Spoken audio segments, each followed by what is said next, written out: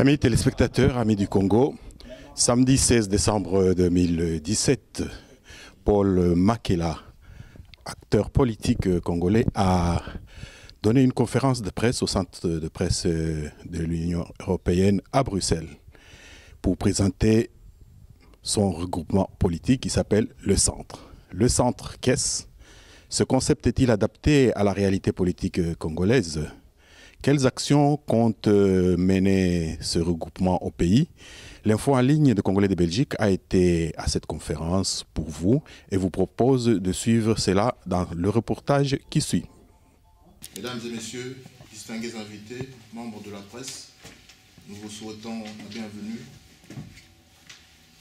Nous tenons également à vous remercier d'avoir répondu favorablement à notre invitation du regroupement centriste en aire de Congo, le Centre, qui a vu le jour sous peu pour pallier au clivage politique qui dessert la RDC en vue d'occuper une position médiane et de recourir à une approche véridique, courageuse et lucide pour aborder les questions relatives à la crise que ce pays traverse depuis plusieurs décennies. Vous n'êtes pas sans savoir que le pays est en train de sombrer. La bipolarité politique en RDC nous prend en otage et nous prive des perspectives meilleures. Le Centre donc a vu le jour en RDC pour être une alternative aux côtés du peuple, pour rechercher les possibilités, les voies et moyens en vue de sortir ce pays du carcan dans lequel il se trouve. Sans doute, nous ne disons pas que nous disposons d'une baguette magique, néanmoins, nous voulons nous engager comme des hommes et des femmes patriotes qui aiment leur pays, de manière à réfléchir pour trouver des pistes, des voies, pour être en mesure de répondre à toutes les difficultés que nous connaissons dans notre pays. Alors aujourd'hui, nous avions pensé organiser cette conférence pour aborder cette impasse politique en RDC et aborder également l'approche de ce regroupement, le Centre, comment nous envisageons l'avenir, comment nous voulons sortir de cette crise, du moins nous, qu'est-ce que nous comptons faire par rapport aux échéances à venir. Donc l'orateur de ce soir, c'est M. Paul Makela, ici à mes côtés. C'est le vice-président du Centre, chargé des relations extérieures. Moi-même, je suis M. Gaëtan Mbumba, je suis le responsable du Centre au Benelux. Rapidement, je vais passer la parole au vice-président du Centre, chargé des relations extérieures, pour étayer et aborder les questions en rapport à nos perspectives et à notre réunion de ce soir. Ensuite, vous aurez la possibilité d'interagir, de poser des questions s'il y en a. Merci. Je vous remercie, M. Mbumba, pour votre brève présentation qui en dit déjà long, qui est un très bon condensé de ce que sont nos pensées et notre ligne politique. En effet, mesdames, mesdemoiselles et messieurs,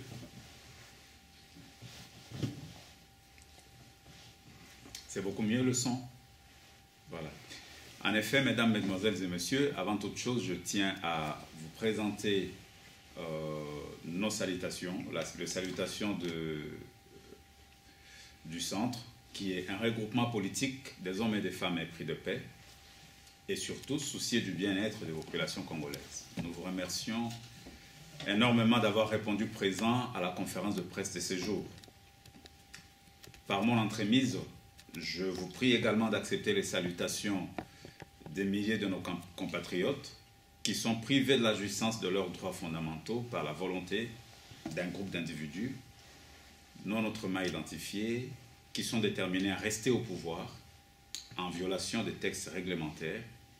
Et cela, on ne le cache plus, avec l'appui passif des autres compatriotes qui sont de l'opposition, qui sont de toutes tendances confondues, qui tout au long de la législature ont brillé par une passivité complice avant de constater plus tard les dégâts de leur entreprise commune, majorité opposition. Comme vous le savez, pour ne pas m'étayer sur ce sujet. Notre pays, la République démocratique du Congo, traverse l'une de ses plus grandes crises politiques et sociétales. Je tâcherai au cours de cet exposé de présenter des perspectives que notre plateforme, le Centre, à laquelle notre parti politique Émergence est allié, nous allons présenter les perspectives face aux enjeux multiples de l'heure. Mesdames et messieurs et très chers compatriotes, quel est le grand problème que nous avons identifié aujourd'hui, que peut-être certains n'ont pas osé dire, n'ont pas osé souligner? Le problème du Congo, c'est que sur la scène politique, dans la classe politique, nous sommes habitués à un système politique où il n'y a que deux bords. Il y a un clivage sociétal qui s'impose. Et la deuxième chose, c'est que nous avons pris l'habitude de voir les mêmes personnes, les mêmes têtes, les mêmes familles, les mêmes noms pour gérer la République. Donc ne peut être crédible comme acteur politique en RDC que celui qui est soit de l'opposition, soit de la majorité, ou qui vient d'une famille qui est connue, qui vient de ceux-là que nous connaissons. Alors, il y a un problème sérieux aujourd'hui, le clivage sociétal et le renouvellement de la classe politique. Je ne peux pas oublier de vous rappeler que cette bipolarisation de la vie politique est entretenue depuis plusieurs décennies dans notre pays par une majorité de personnes, une petite minorité de personnes qui détiennent le pouvoir, que ce soit à l'époque de Mobutu ou à l'époque de Kabila, et qui sont toujours accompagnés par une opposition qui ne leur empêche pas d'agir, mais qui coopère de manière sournoise à les aider à rester au pouvoir. Alors, plusieurs années après, aujourd'hui, ce que nous constatons, c'est que malheureusement, chaque fois qu'il y a des grandes mutations sociopolitiques qui se préparent, il y a toujours le même groupe d'individus qui passent de la majorité vers l'opposition, des mêmes amis d'école, des mêmes gens, des mêmes noms, qui se réorganisent d'une certaine manière pour retourner au pouvoir et maintenir l'ensemble de la population congolaise dans la misère, confisquer la classe, confisquer la majorité des citoyens, leur confisquer leurs droits fondamentaux le plus légitimes. Cette espèce d'oligarchie qui s'organise, qui s'effrite à la veille des grands enjeux pour maintenir des citoyens congolais lambda, des monsieur et madame tout le monde, dans la misère et dans la sous-humanisation, c'est le grand problème que nous avons. Je ne parle pas ici d'abord de la gouvernance, mais je parle des acteurs. Eh bien, face à cette situation, nous avons constaté qu'il y a une urgente nécessité de doter notre pays d'un espace d'action et d'expression politique non clivante. Et c'est pour ça que nous avons pensé mettre sur pied le Centre. Pourquoi? Parce que notre peuple, il est réellement au centre. Notre peuple n'est ni pour l'opposition, qu'il a longtemps endormi. Vous savez, quand le peuple avait vraiment besoin d'en découdre avec un régime, l'opposition n'était toujours pas au rendez-vous. La majorité multipliait des stratégies. À un certain moment, le peuple se retrouve abandonné face à lui-même. Donc ces peuples-là, qui n'a d'autre besoin que de voir son bien-être amélioré, de voir son quotidien transformé, de voir que les acteurs politiques prennent en compte ses besoins les plus fondamentaux, a une voix. Cette voix du peuple, elle n'est exprimée ni par la majorité, ni par l'opposition. Alors cette voix, c'est la voix du centre. Nous nous sommes dit, pourquoi ne pas mettre sur pied un regroupement au travers duquel les citoyens congolais qui ne se reconnaissent pas dans la majorité, qui ne se reconnaissent pas dans l'opposition, pourraient avoir la possibilité d'exprimer leur voix, la possibilité de se battre, de militer, de participer à la gestion de la vie nationale. Donc le centre, du point de vue idéologique, c'est un regroupement centriste et humaniste qui place l'homme au cœur de son action. Nous croyons que c'est le besoin de notre peuple et nous avons travaillé et nous travaillons ensemble. Nous invitons nos compatriotes qui nous suivent de partout à nous rejoindre parce que c'est là que leurs intérêts et leurs attentes seront réellement rencontrés. C'est leur regroupement. La deuxième question sur laquelle je veux que nous puissions nous entretenir, c'est la question qui concerne l'alternance démocratique et le processus électoral. Vous savez comme moi que cette alternance, elle est ennuyeuse, faute de la tenue des élections au 19 décembre 2016.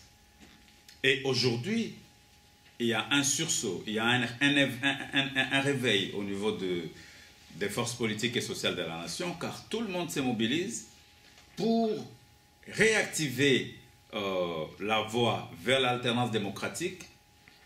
Tout le monde se bat, les combattants qui sont partout à l'extérieur, qui se battent pour qu'au pays qu'il y ait l'alternance, pour que la démocratie soit maintenue. Nos compatriotes de partout, nous félicitons tous ceux-là qui font ce travail. Mais malheureusement, sur terrain, la situation se complexifie et il y a vraiment un besoin d'un vrai sursaut patriotique pour que le changement que le peuple souhaite arrive. Et au sujet des élections, vous l'avez appris, comme moi, qu'au 5 octobre 2017, la CENI a publié un nouveau calendrier électoral. Malheureusement, ce calendrier, plutôt que d'être fédérateur, est venu renforcer les clivages entre l'opposition et la majorité. Le peuple ne s'est pas retrouvé parce qu'il y a plus ou moins une année de sursis ou d'extension du pouvoir qui est accordé à la majorité, au président Kabila et aux siens. Et ce qui nous a surtout étonné, c'est que l'opposition avait exprimé une certaine opinion à la veille et que le lendemain, il suffisait que les États-Unis donnent le mot d'ordre pour dire que les élections c'est en 2018, l'opposition n'a pas pu continuer à défendre ses points de vue. Donc, les derniers développements que nous avons aujourd'hui, les événements se sont davantage complexifiés au vu du projet de la modification de la loi électorale. Et là, je viens d'apprendre de Kinshasa que cette loi électorale a été adoptée par le Sénat la nuit dernière, vers minuit, et elle a été adoptée sous la forme et le fond que l'Assemblée nationale avait adopté aussi. Donc, ce qu'on pouvait redouter est arrivé. Malheureusement, il y a un silence complice parce que les représentants de l'opposition qui peuvent aujourd'hui nous dire qu'ils sont contre cette loi, ils n'ont pas empêché à leurs délégués qui sont au sein de la CENI de travailler pour cette loi. L'UNC est représenté à la CENI, le MLC est représenté, l'UDPS est représenté, c'est les grands partis d'opposition. Donc tous, ils ont laissé passer cette loi, personne n'a réagi. Bon, il y a eu un petit show de députés de l'opposition. Après qu'ils aient laissé passer la loi à l'Assemblée nationale, ils ont fait le show, une espèce de marche pour faire que le Sénat... Bon, tout ça, c'est du cinéma. Donc le peuple se retrouve abandonné à son propre sort. Alors, qu'est-ce qui se passe aujourd'hui? Parce que cette loi électorale jette un sérieux doute sur l'aboutissement heureux du processus électoral et de l'alternance. À défaut de pouvoir bloquer l'adoption du projet de loi par le Parlement et de réagir en toute responsabilité aux velléités de ce projet de loi, la claire intention de la majorité est d'exclure les compatriotes non alignés. De vous exclure, de m'exclure, moi, qui ne suis pas de l'opposition, qui ne suis pas de la majorité, de vous exclure, vous qui n'avez pas un grand parti politique, afin que vous ne puissiez pas participer dans la gestion de votre République. Cette République est nôtre, c'est notre héritage. Je suis contre que qui que ce soit puisse nous exclure. Mais, chers amis, chers compatriotes, nous sommes devant le fait accompli. La Kabylie a gagné par des textes. Il a réussi à nous exclure, à nous mettre hors jeu. Que devons-nous faire? Devons-nous rester spectateurs ou devons-nous peaufiner des stratégies? Alors, maintenant, l'appel que nous lançons, c'est que l'heure est au regroupement. L'heure est à la consolidation de forces électorales non clivantes.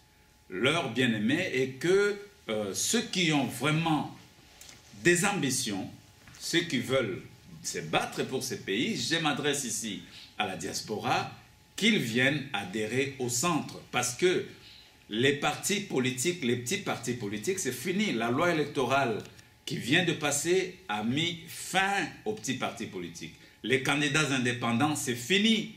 Parce que déjà, il y avait, avant, la caution électorale, c'était 500 $ par liste. Maintenant, c'est 1000 $ par candidat. Donc, les élections au Congo sont désormais réservées aux seuls nantis. C'est pour les riches. Et qui va défendre le pauvre? Je crois que nous devons nous organiser pour être dans des regroupements politiques sérieux. Parlant des regroupements politiques, je ne vous apprends rien. La politique, c'est fait par clic. Les gens qui se connaissent, c'est des lobbies, c'est des gens qui sont ensemble, qui se disent, voilà, c'est notre aujourd'hui. Ça sera difficile pour qui que ce soit de rejoindre un regroupement comme de grand renom. Je ne veux pas citer des noms ici, mais les regroupements seront de plus en plus fermés. Alors, nous ne voulons pas que les ambitions de nos compatriotes soient étouffées. Nous vous invitons à nous rejoindre parce que nous pouvons jouer des bonnes cartes ensemble. La troisième question sur laquelle je vais discuter, échanger avec vous, c'est la menace que tout cela représente pour la paix et la sécurité nationale. Nous constatons que les débats qu'il y a aujourd'hui autour de la relance du projet constitutionnel et du projet de révision de la loi électorale viennent renforcer les positions extrêmement opposées des acteurs de la majorité et de l'opposition. Donc, ça devient inconciliable. La majorité et l'opposition ne se rencontreront plus jamais du point de vue des opinions.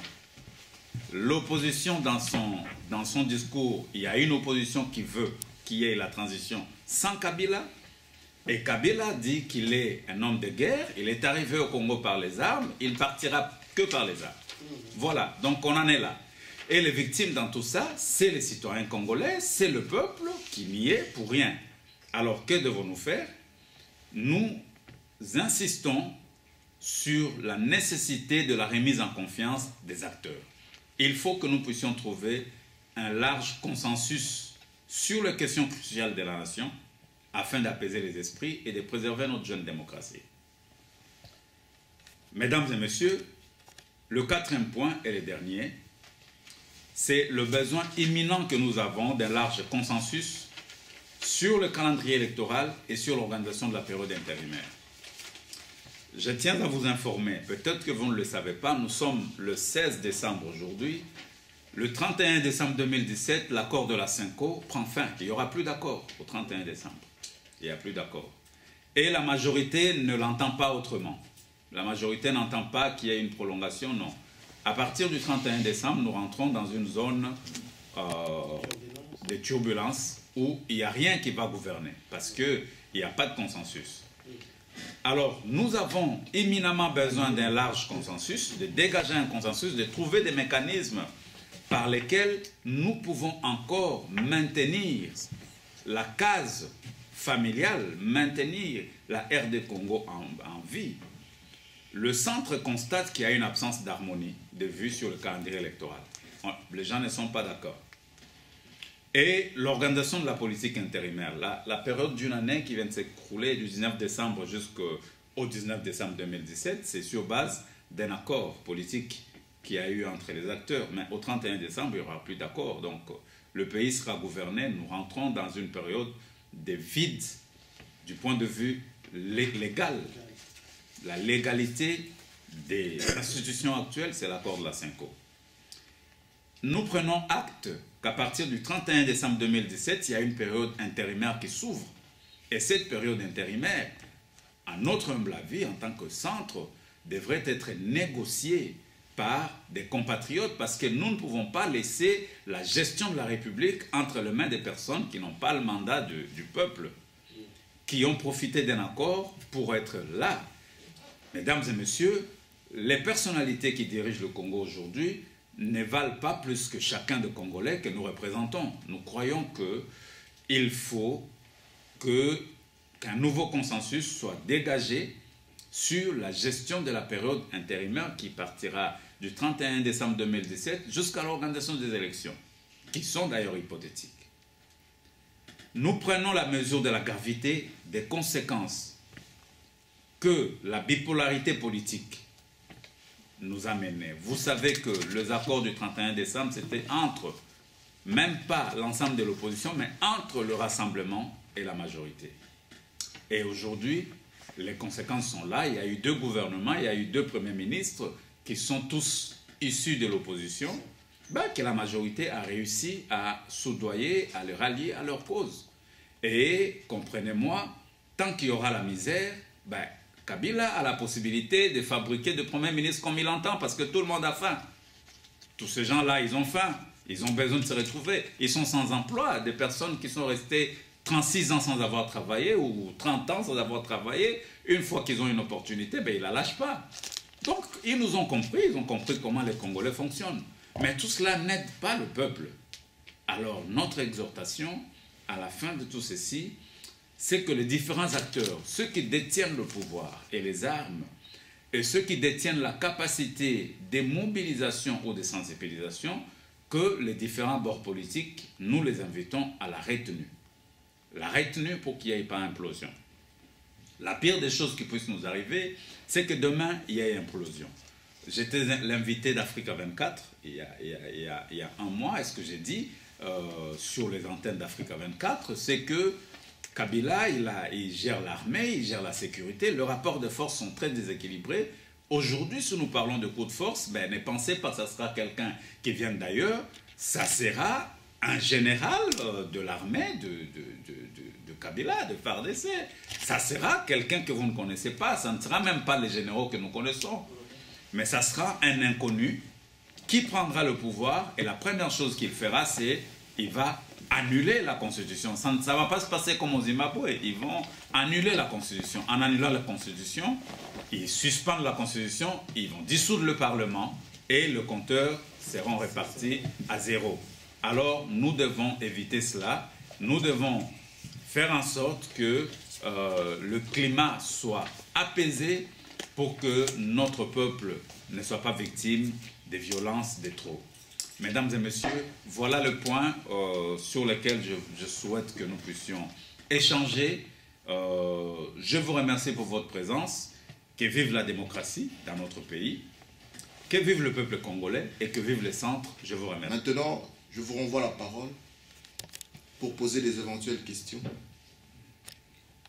au président de l'émergence RDC, M. Paul Makela, également vice-président du centre chargé des relations extérieures, et de moi-même, responsable du centre Benelux et président de la fédération Benelux d'émergence RDC. Donc, vous pouvez maintenant poser des questions si vous en avez. Je vous renvoie la parole. Bon, c'est Cheikh Fita d'Info en ligne des Congolais de Belgique. Vous avez abordé 4 points, mais je vais poser une première question. Les compatriotes pourront poser après, et puis je pourrai rebondir vers la fin. La première question est purement donc ontologique. Vous dites centre. Ça veut dire que vous n'êtes pas du camp de Kabila, vous n'êtes pas du camp de l'opposition. Mais au jour d'aujourd'hui, avoir la façon dont Kabila et ces gens dirigent le pays, peut-on vraiment se dire au centre? Parce que ce qui sous-entend centre, ça veut dire qu'un pied dedans, un pied dehors. Et dites-nous clairement, est-ce que vous êtes avec le pouvoir de Kabila qui, dans sa façon de gérer, et la façon dont vous-même vous venez de le dire, où ils ont fait le forcing par rapport à la loi électorale, dans sa façon de vouloir, parce que ce n'est un secret pour personne, M. Kabila ne veut pas partir. Est-ce que vous pouvez vous dire du centre et dire que, bon, il part ou il ne part pas? Vous donnez votre position par rapport au fait que Kabila ne veut pas partir, et tout ce à quoi on assiste, c'est, je ne dirais pas du cinéma, le cinéma c'est un art noble, c'est du folklore. Donc sur ce point bien précis, j'aimerais que vous rassuriez ceux qui nous suivent que vous êtes contre le fait que Kabila veut rester au pouvoir. À ce moment-là, on verra comment on mettra les centres si ce sera de l'autre côté. Et une question de purement donc de dénomination. J'ai vu, vous êtes vice-président du centre. Ça veut dire qu'il y a un président. Et qui est ce président? Voilà ma première question. Voilà. Je vous remercie, M. Fita, pour la question. Je vais commencer par votre deuxième question. Donc, je suis vice-président en charge des relations internationales du centre. Le président, c'est M. Germain Kambenga, qui est à Kinshasa. Nous sommes bien implantés, bien représentés. Ça, c'est votre deuxième question. Et pour répondre à la première question, parce que moi qui vous parle, je suis personnellement l'un des combattants, l'un des militants de la diaspora. La Belgique, c'est mon fief. Je suis d'ici, je ne suis pas un étranger. Et vous connaissez très bien mon point de vue, ce qui est le point de vue constitutionnel. D'après la Constitution, le mandat de M. Kabila s'est terminé le 19 décembre 2016. Son deuxième et dernier mandat.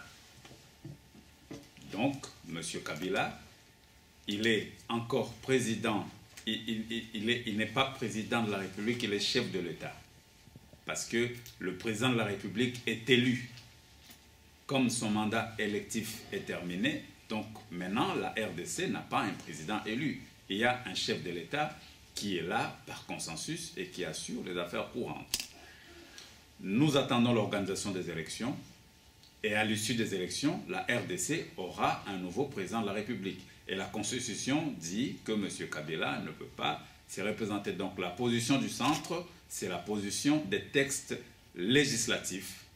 C'est la position de la Constitution. Nous ne pouvons pas dire autre chose que ce que la Constitution a dit. Je crois que j'ai répondu à cette question-là, qui est importante pour vous, qui est importante pour nos compatriotes. Est-ce que nous sommes de la majorité ou de l'opposition? Mais nous ne sommes pas de la majorité, nous ne sommes pas de l'opposition, nous sommes du centre. Et j'ai commencé mon exposé en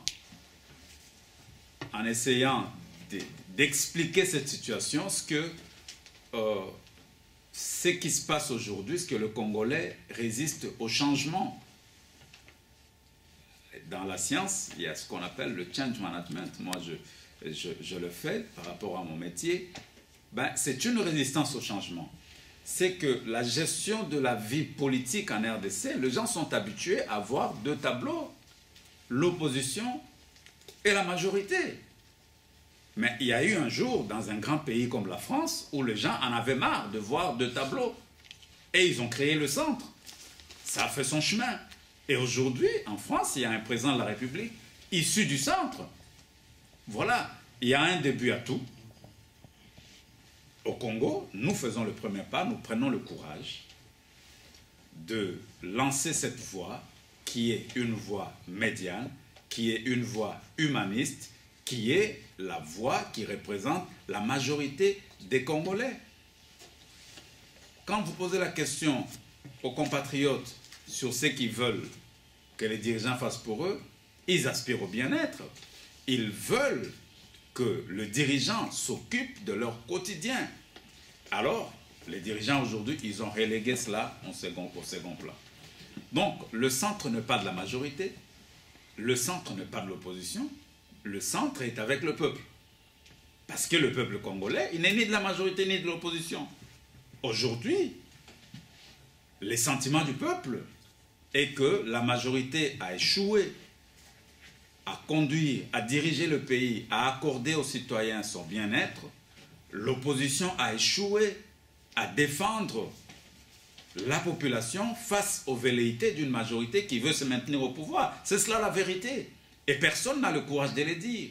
Nous prenons le courage de dire à nos compatriotes que quand il y a échec, il faut qu'il y ait des alternatives. Et il faut qu'il y ait des hommes et des femmes qui réfléchissent à d'autres voies pour la gouvernance. Les compatriotes devront s'habituer, ils vont s'habituer dans le paysage politique, en plus de l'opposition et de la majorité, d'avoir le centre. C'est une innovation, nous l'assumons et nous nous battons pour l'imposer dans l'espace politique congolais. Voilà ma réponse à votre question.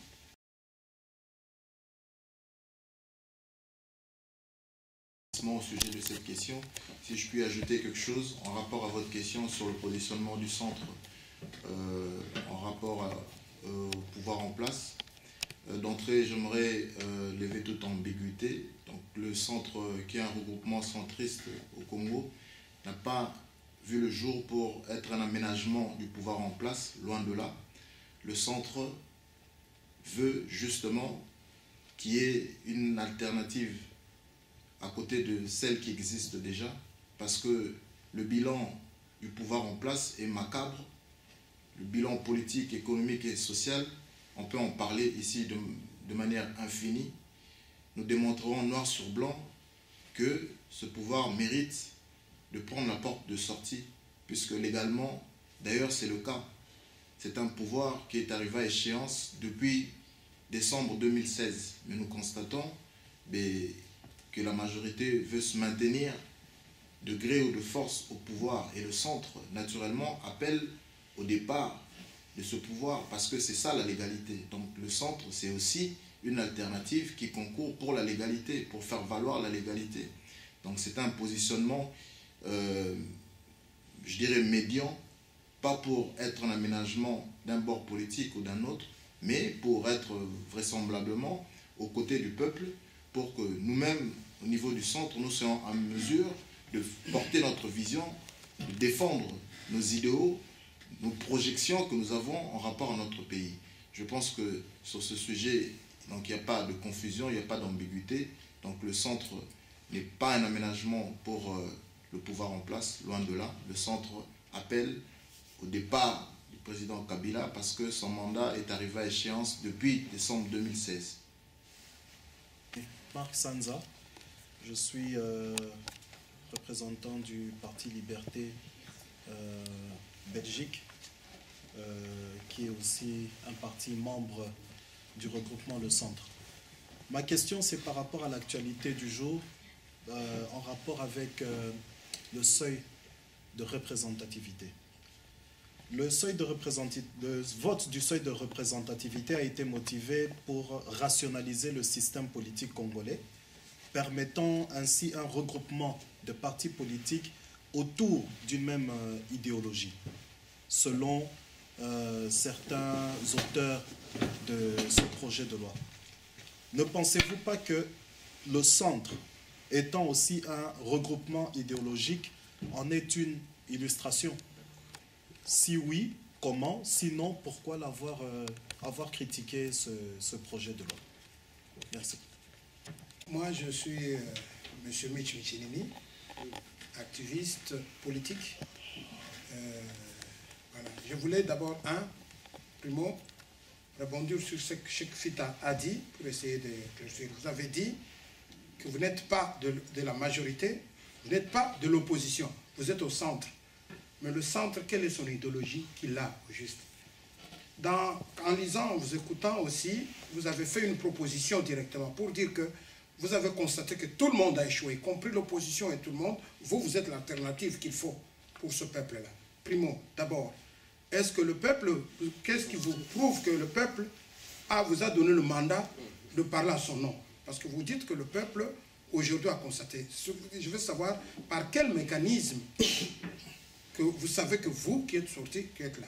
En plus, dans la proposition que vous faites, vous avez dit ça presque à la fin, dans cette proposition-là, vous dites que, vu qu'il y aura chaos après le 31, vous proposez que tout le monde, c'est-à-dire tout le monde là que vous dites, y compris la majorité, et l'opposition, je tiens à vous faire signaler que ce sont des gens que vous avez dit, tous ont échoué, qu'ils ne sont pas là. Mais qui sont congolais. Je viens, laissez-moi. Vous avez dit, tous ces gens-là, ils ont échoué, mais vous demandez qu'ils puissent se retrouver donc sous une forme.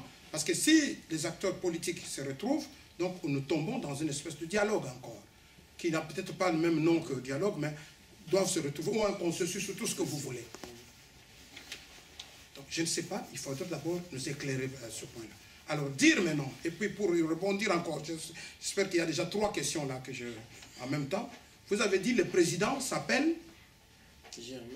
Germain Kambinga, qui par de parcours politique vient de MLC qui s'est rebellé de MLC, qui est allé et s'est retrouvé. Parce que chaque fois que Kabila prend quelqu'un dans son gouvernement, le type devient kabiliste, qu'on le veuille ou pas. Et la sortie de celui-là, j'ai dit ces choses ici, vous savez pourquoi je dis, je sais d'où vous venez et ce que vous êtes. Mais maintenant, lui, il est là, à ce point-là. Et à vous entendre, vous dites, vous êtes le non-aligné. Est-ce que vous croyez que le président qui est là de ce mouvement est un non-aligné? Non. Donc, voilà. J'aimerais un peu ces éclaircissements. C'est Konga Lugula. Je ne suis ni politicien, ni... Alors, sur le même ordre d'idée que monsieur vient de parler, oui, je n'ai pas bien compris. Quand vous dites aussi que vous n'êtes pas de l'opposition, de la majorité, je ne comprends pas. C'est comme si vous êtes un pied dedans ou un pied dehors. C'est-à-dire, si aujourd'hui Kabila reste, donc vous êtes là, vous êtes avec lui. Alors, si par exemple que Kabila quitte, c'est à ce moment-là, donc c'est comme si vous n'avez pas vraiment une position un peu là. C'est comme si vous tâtonnez un peu. Alors, je ne comprends pas ces raisonnements. Je dis et je vous remercie. Merci. Mon nom est Didier Zulukilo. Je ne suis d'aucun parti politique. Je suis tout simplement citoyen congolais. Alors, la question qui se pose aujourd'hui, que notre population se pose aujourd'hui, est celle de la confiance accordée aux hommes politiques de notre pays. Je crois que le peuple congolais a perdu totalement confiance en ces hommes politiques. Depuis des décennies, les hommes politiques ont promis monts et merveilles à ces peuples, mais en réalité, quand vous regardez leur situation, rien n'a changé. Alors, on se demande comment peut-on encore faire confiance à ces hommes et femmes politiques qui, depuis des années, racontent toujours la même chose. Une fois qu'ils sont élus, ils disparaissent de la base et on les revoit 5 ans, 10 ans plus tard, toujours avec la même formule. Qui un t-shirt, qui d'autre un petit paquet de sel. Une fois qu'ils sont élus, ils disparaissent. Alors ça, c'est une première chose, c'est la question de la confiance. Je me demande comment peut-on... je souscris à l'idée qu'il y ait aujourd'hui une émergence d'autres de jeunes gens, de jeunes femmes qui pensent différemment de ces mêmes personnes qu'on a vues depuis des années. Ce sont toujours les mêmes qui sont là. Et je suis sincèrement content d'entendre qu'il y ait des gens qui viennent présenter une alternative à ce que nous avons vu depuis des décennies.